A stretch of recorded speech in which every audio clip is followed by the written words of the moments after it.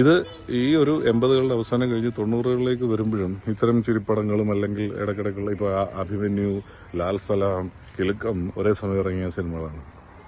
ഇതങ്ങോട്ട് കഴിഞ്ഞിട്ട് അദ്ദേഹത്തിൻ്റെ ഒരു കരിയർ ഒരു 13 കൊല്ലത്തെ ഒരു എക്സ്പീരിയൻസിലേക്ക് കയറിയപ്പോൾ നമ്മളൊരു സാധാരണ ഗവൺമെൻറ് തസ്തികയിലെ ജോലി എന്നൊക്കെ പറയുന്ന പോലെ പിന്നീടുള്ള ഒരു ഗ്രാഫ് ചേഞ്ച് എന്ന് പറയുന്നത് ദേവാസുരത്തിലേക്കാണ് പോകുന്നത്.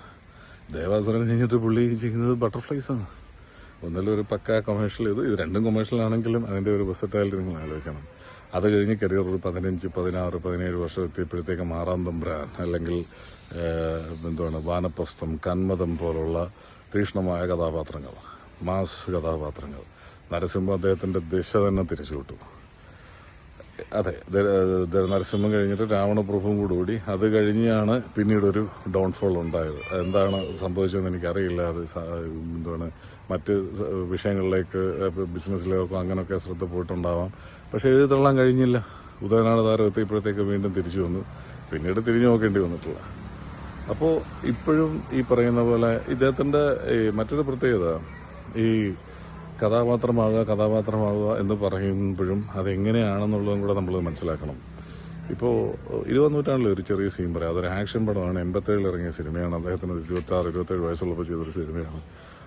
എൻ്റെ ഒരു കൂട്ടുകാരൻ പറഞ്ഞിട്ട് നമ്മൾ ശ്രദ്ധിച്ചൊരു കാര്യം, അംബികയുടെ അടുത്ത് പുള്ളിയിരുന്ന് ഈ അധോലോകത്തിലേക്ക് എങ്ങനെയാണ് വഴിതെറ്റി പോകുന്നതെന്നൊക്കെ പറയുന്നൊരു ഇൻ്റർവ്യൂ പോലെ കൊടുക്കുന്ന ഒരു സീനുണ്ട്.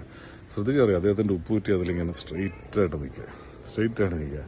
ഇത്തരം ഒരു ഇമോഷൻ നമ്മളെന്ന മനുഷ്യന് വരുന്നത് നമ്മൾ വളരെ സ്ട്രെസ്ഡായിട്ട് ജീവിതത്തിൽ സംസാരിക്കുമ്പോഴാണെന്ന് ഒബ്സർവ് ചെയ്തിട്ടുണ്ട്.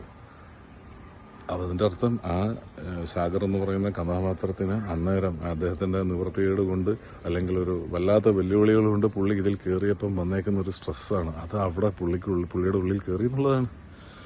അതുപോലെ പ്രണയം എന്ന് പറഞ്ഞൊരു ചിത്രത്തിൽ അദ്ദേഹം സ്ട്രോക്ക് വന്നിട്ട് ഇങ്ങനെ ഇത് ചെയ്യുന്ന എൻ്റെ അമ്മയുടെ അച്ഛൻ സ്ട്രോക്ക് വന്ന്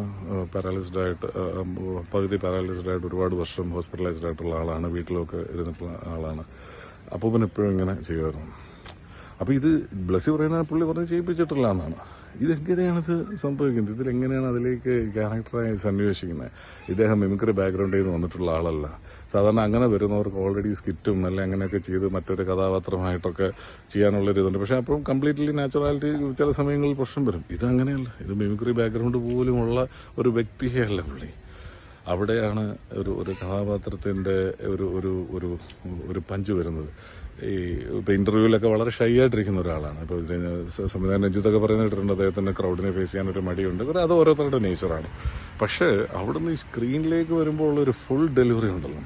ഇപ്പോൾ മമ്മൂട്ടിയും സുരേഷ് ഗോപിയൊക്കെ ഞാൻ ക്രിട്ടിക്കായിട്ട് പറയല്ല. ഇപ്പോൾ മമ്മൂട്ടി, സുരേഷ് ഗോപി അല്ലെങ്കിൽ പൃഥ്വിരാജിൻ്റെയൊക്കെ ഒരു സ്ഥായി ഭാവം അല്ലെങ്കിൽ അവർ ഫിസിക്കലി കുറച്ചുകൂടെ ബ്ലെസ്ഡ് ആണ്. അല്ലെങ്കിൽ അവർക്കൊരു ചൂടൻ അല്ലെങ്കിൽ ഒരു ആക്ഷൻ ഹീറോയിലേക്ക് അങ്ങനെ കയറി പോകാൻ വേണ്ടിയിട്ട് അവർ ബേസിക്കലി ക്യാരക്ടർ വൈസ് ഒരു ഇച്ചിരി ഷോർട്ട് ടെമ്പേർഡായിട്ടുള്ള ആൾക്കാരാണെന്ന് കേട്ടത്. വലിയ ബുദ്ധിമുട്ടുണ്ടാവില്ല. അപ്പം അതുമല്ല അവരുടെ ഒരു രൂപവും ഒക്കെ അന്നത്തെ ഒരു നായക സങ്കല്പത്തിന് ചേരുന്ന ഒരിതാണ്. എന്നാൽ ഇദ്ദേഹം വളരെ ഷൈയായിട്ടുള്ള ഒരാളും ഈ പറഞ്ഞ പോലെ തോളി ചരിച്ചൊക്കെ നിൽക്കുന്ന ഒരാൾ ആക്ഷൻ ഹീറോയിലേക്ക് കയറുമ്പോൾ ഉണ്ടാകുന്ന ഒരു ഫയർ എന്ന് പറയുന്നത്, കാരണം എത്രയോ പേർക്ക് ഉഗ്രം മീശയുണ്ട്. പക്ഷേ അദ്ദേഹം കൊണ്ട് മീശ പിരിക്കുമ്പോൾ ഉണ്ടാകുന്ന ഒരു ഡിഫറൻസ് എന്ന് പറയുന്നത് വളരെ വളരെ വലുതാണ്. പാട്ട് സീനുകൾ ഞാൻ പലപ്പോഴും ശ്രദ്ധിച്ചിട്ടുണ്ട്. ഈ നായക നടന്മാർ പാടി അഭിനയിക്കുമ്പം എന്തിനാണ് ഈ പാവങ്ങളെ കൊണ്ട് ഈ ദ്രോഹം ചെയ്യിക്കുന്നതെന്ന് തോന്നാറുണ്ട്. പാട്ടായാലും ഡാൻസ് ആയാലും എന്തിനാണ് ഇവരെ കൊണ്ട് ദ്രോഹം ചെയ്യിക്കുന്നതെന്ന് തോന്നാറുണ്ട്. പക്ഷേ ഇദ്ദേഹം പാടുമ്പം ശരിക്കും നമ്മൾ ഈ വീട്ടിൽ ചെന്ന് കുട്ടികളോടോ ഭാര്യയോടോ അമ്മയോടോ ഒക്കെ പാടുന്ന പോലുള്ള ഒരു ഓമനത്വമാണ് ഇത് വരുന്നത്. ഇപ്പം കിന്നരി കൊലാരി എന്നൊക്കെ പറഞ്ഞ് പുള്ളി അങ്ങോട്ട് പോകുമ്പോഴത്തേക്ക് നമ്മൾ അതിലേക്കൊക്കെ വരികയാണ്. അതുപോലെ തന്നെ പുള്ളിയുടെ ഡാൻസ് കഴിയുമ്പോഴാണ്.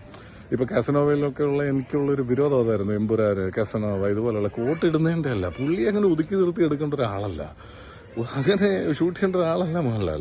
ഇപ്പം നരസിംഹത്തിലെ ധാങ്കണക്കാന്ന് പറയുന്ന പാട്ട്, അല്ലെങ്കിൽ ബട്ടർഫ്ലൈസിലെ വാവാ മനോരഞ്ജിനി, അല്ലെ രാവണപ്രഭുവിലെ തകിലി പുകില്, നരനിലെ വേൽമുരുക, അല്ലെ വാസ്കോഡ് ഗാമ, ചോട്ടാ മുംബൈയിലെ അഴിച്ചു വിട്ടിട്ടുള്ളൊരു ഇതാണ് പുള്ളിയുടെ.